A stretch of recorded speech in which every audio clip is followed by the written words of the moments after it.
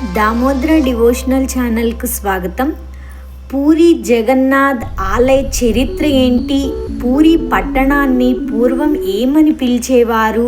పూరి విగ్రహాలకు కనిపించని అభయహస్తం, వరదహస్తం, 12 రోజుల పాటు జరిగే రథయాత్ర, రథం ఎలా ఉంటుంది, అంతా ఒక పద్ధతి ప్రకారం ఎలా జరుగుతుంది, జగన్నాథుడి దర్శనం కోసం భక్తులు ఎదురుచూపులు ఎలా ఉంటాయి, బంగారు చీపురుతో శుభ్రం చేసే సంస్థానాధికులు, ఇలా ఎన్నెన్నో విశేషాలని ఈ వీడియోలో అలాగే కమింగ్ నెక్స్ట్ వీడియోలో కలిపి చూద్దాం. మన భారతదేశంలో పురాణ కాలం నుంచి ప్రసిద్ధి చెందిన పట్టణాలలో పూరి అనేది ఒకటి. ఈ పట్టణం ఒరిస్సా రాష్ట్ర రాజధాని అయిన భువనేశ్వర్కి 60 కిలోమీటర్ల దూరంలో ఉంది. ఈ పట్టణాన్ని పూర్వం ఏమని పిలిచేవారు అంటే పురుషోత్తమ క్షేత్రం అని, శ్రీ క్షేత్రం అని కూడా పిలిచేవారు. ఈ పట్టణంలో విష్ణువు జగన్నాథుని పేరిట కొలువై పూజలు అందుకుంటూ ఉన్నాడు.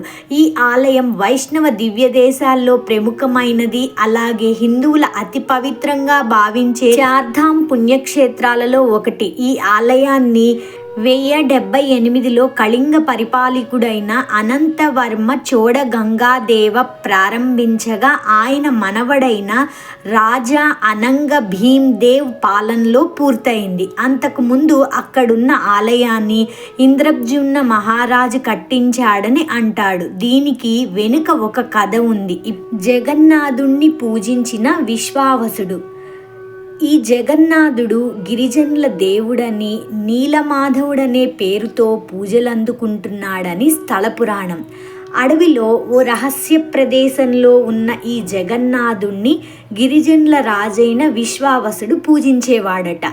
విషయం తెలుసుకున్న ఇంద్రజుమ్న మహారాజు ఆ గిరిజన రాజైన విశ్వావసుడు పూజించే ఆ జగన్నాథుణ్ణి ఎట్లయినా తను కూడా చూడాలి అనే ఉద్దేశంతో ఆ రహస్య స్థలాన్ని కనిపెట్టడానికి విద్యాపతి అనే బ్రాహ్మణ యువకుణ్ణి అక్కడికి పంపుతాడు. ఆ అడవిలో ఉండడానికి పంపుతాడు. ఆ విద్యాపతి ఏం చేస్తాడు అంటే ఆ విశ్వావసుని, గిరిజన రాజైన విశ్వావసుని కుమార్తె అయిన లలితను ప్రేమించి పెళ్లాడతాడు. జగన్నాథ్ విగ్రహాన్ని చూడడానికే కదా రాజు పంపించింది విద్యాపతిని. ఇంకేం చేస్తాడు, పెళ్లి చేసుకున్న తర్వాత ఆ జగన్నాథ విగ్రహాన్ని చూపించమని పదే పదే అడుగుతాడనమాట. అడిగేటప్పటికి గిరిజన రాజైన విశ్వావసుడు సరే విన్నపాన్ని మన్నించి చూపిస్తాను అని చెప్పి ఆయన కళ్ళకు గంతలు కట్టి గుడి దగ్గరకు తీసుకువెళతాడు. అప్పుడు విద్యాపతి తెలివిగా ఏం చేస్తాడు, దారిలో తీసుకువెళ్తూ ఉండేటప్పుడు దారి పొడవునా కూడా ఆవాలు జారవిడుస్తూ వెళ్తాడనమాట. కొన్నాళ్ళకి వర్షం పడి ఆ ఆవాలన్నీ ఏమైతాయి, మొలకలెత్తి ఆ దారి కళ్ళకు గంతలు కట్టినా కూడా తీసుకువెళ్ళిన దారి స్పష్టంగా తెలుస్తుంది. దీంతో వెంటనే ఇంద్రజుమ్న మహారాజు కబురు పెడతాడు రమ్మని. అలా రాజు అడవికి చేరుకోగానే అక్కడ విగ్రహాలు మాయమైపోతాయి. దీంతో ఇంద్రజుమ్నుడు నిరాశతో నిరాహార దీక్ష మొదలుపెట్టి అశ్వమేధ యాగం చేస్తాడు. నీలాచలం మీద ఓ ఆలయాన్ని నిర్మించి నరసింహస్వామి విగ్రహాన్ని ప్రతిష్ఠిస్తాడు. ఒకనాడు అక్కడే నిద్రిస్తూ ఉండగా జగన్నాథుడు కల్లో కనిపించి సముద్ర తీరంలో చాంకీ నది ముఖద్వారానికి వేప కొయ్యలు కొట్టుకొస్తాయి, వాటితో విగ్రహాన్ని చేయించమని ఆదేశిస్తాడు. కొయ్యలైతే కొట్టుకొచ్చేసాయి కానీ విగ్రహాన్ని చెక్కడానికి ఎవ్వరూ ముందుకు రాలేదు. ఏం చేయాలో ఆ రాజు ఆలోచిస్తున్న సమయంలో దేవశిల్పి విశ్వకర్మ వికలాంగుడి రూపంలో అక్కడికి వస్తాడనమాట. ఆయన ఇలా చెప్తాడనమాట, నేనొక్కడనే రహస్యంగా ఒక గదిలో విగ్రహాలకు రూపకల్పన చేస్తాను. ఆ సమయంలో పచ్చి మంచినీళ్లు కూడా ముట్టుకోను. 21 రోజులు ఎవ్వరూ అటువైపు రాకూడదు అని, తన పనికి ఆటంకం కలగకూడదని షరత్ అన్నది విధిస్తాడు. రాజు అంగీకరిస్తాడు. రోజులు గడుస్తున్న గదిలో నుంచి ఎటువంటి శబ్దం కూడా రాదు. ఎందుకంటే చెక్కను శిల్పి చెక్కుతున్నప్పుడు ఉలి శబ్దం, కొడుతున్నప్పుడు శబ్దం ఇలాంటివి రావాలి కదా, ఏమీ రావన్నమాట. దీంతో రాణి గుండీచాదేవి తొందర పెట్టడంతో గడువు ఇంకా పూర్తి కాకుండానే రాజు తలుపులు తెరుస్తాడు. ఏమవుతుందో ఇప్పుడు చూద్దాం. అలా గుండీచాదేవి తొందర పెట్టడంతో రాజు తలుపులు తెరిచేటప్పటికి ఇంక శిల్పి కనిపించడు, మాయమైపోతాడు. ఆ విగ్రహాలు ఎలా ఉంటాయి అంటే చేతులు కాళ్ళు లేని సగం చెక్కిన విగ్రహాలు మాత్రమే దర్శనమిస్తాయి. ఎందుకంటే 21 రోజులు టైం అవ్వకముందే తెరిచేటప్పటికి ఆ విగ్రహాలు పూర్తి కాకుండా ఉన్నాయన్నమాట. ఇంకేం చేస్తాడు రాజు? పశ్చాత్తాపంతో బ్రహ్మదేవుణ్ణి ప్రార్థిస్తాడు. అప్పుడు చతుర్ముఖ బ్రహ్మ ప్రత్యక్షమై ఇక మీదట అదే రూపంలో విగ్రహాలు పూజలు అందుకుంటాయి అని చెప్పి ఆనతిస్తాడు. తానే స్వయంగా వాటికి ప్రాణప్రతిష్ఠ కూడా చేస్తాడు.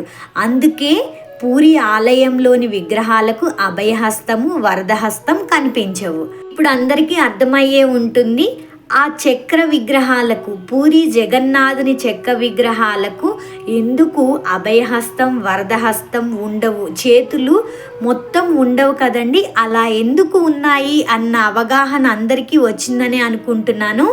చతుర్దశ భువనాలను వీక్షించడానికా అన్నట్లు ఇంతింత పెద్ద కళ్ళు మాత్రమే ఉంటాయి. దేశంలో ఎక్కడ లేని విధంగా పూజలు అందుకుంటున్న ఇక్కడి ఈ దారుదేవతా మూర్తులను ప్రతి 8 నుంచి 12 లేక 19 సంవత్సరాలకు ఒకసారి మార్చి నూతన దేవతా మూర్తులను ప్రతిష్ఠిస్తూ ఉంటారు. దీనినే నవకళేబర ఉత్సవంగా నిర్వహిస్తారు.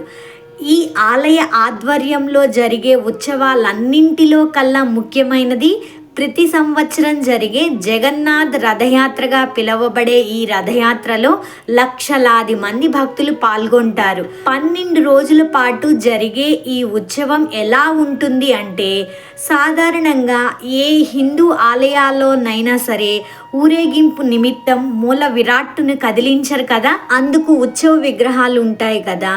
అలాగే ఊరేగింపు సేవలో ఏటా ఒకే రథాన్ని వినియోగించడం అన్ని చోట్ల మనం చూసేదే. ఈ సాంప్రదాయానికి మినహాయింపుగా ఈ పూరి జగన్నాథ్ ఆలయంలో బలభద్ర సుభద్రలతో సహా ఈ ఆలయంలో కొలువై ఉన్న జగన్నాథుణ్ణి ఏడాదికొకసారి గుడిలో నుంచి బయటకు తీసుకువచ్చి భక్తులకు కనువిందు చేస్తూ ఉంటారు. ఈ 12 రోజుల్లో ఎప్పుడైనా వెళ్ళి చూడండి. మెయిన్ టెంపుల్లో విగ్రహాలు మనకు కనిపించవు. ఎందుకు అంటే జగన్నాథుడు బయటికి వస్తాడు కాబట్టి, మనందరికీ దర్శనం ఇవ్వడానికి ఆయనే బయటికి వచ్చేస్తారు కాబట్టి. మేము ఫస్ట్ టైం చూసినప్పుడు అనిపించింది, ఇదేంటా జగన్నాథుడు బయటికి వచ్చేస్తున్నారు, మెయిన్ టెంపుల్లో ఎవరు స్వామి లేరేందా అనుకున్నాను అనమాట. తర్వాత ఈ హిస్టరీ అంతా మాకు తెలిసిన తర్వాత అనిపించింది, ఆహా ఇలాంటి విశేషాలు కూడా ఉంటాయా అని చెప్పి. ఊరేగించడానికి కూడా ప్రతి ఏటా కొత్త రథాన్ని ఉపయోగిస్తారు. అందుకే ఈ జగన్నాథ రథయాత్రను అత్యంత అపురూపంగా భావిస్తారు భక్తులందరూ కూడా. ఈ ఉత్సవం ప్రతి సంవత్సరం కూడా ఆషాఢ శుద్ధ విదియ రోజున ప్రారంభమై 3 కిలోమీటర్ల దూరంలోని గుండీచా ఆలయం వరకు కొనసాగుతుంది. ఆ తర్వాత సుభద్ర బలభద్ర సమేత జగన్నాథుని ఉత్సవమూర్తులు బహుదా యాత్ర పేరిట తిరిగి పూరి ఆలయానికి చేరడంతో ముగిసిపోతుంది. కొత్త రథంని నిర్మించడానికి 2 నెలల ముందు నుంచే ఏర్పాట్లు జరుగుతూ ఉంటాయి. అసలు ఈ రథం ఎలా ఉంటుంది అంటే అలాగే బంగారు చీపురుతో శుభ్రం చేసే సంస్థానాధీశులు, నెమ్మదిగా కదిలే రథం, ఇలాంటి ఇంకొన్ని విశేషాలన్నీ కూడా ఈ వీడియో లాంగ్ అయిపోతుంది కాబట్టి నెక్స్ట్ వీడియోలో చెప్పడం జరుగుతుంది.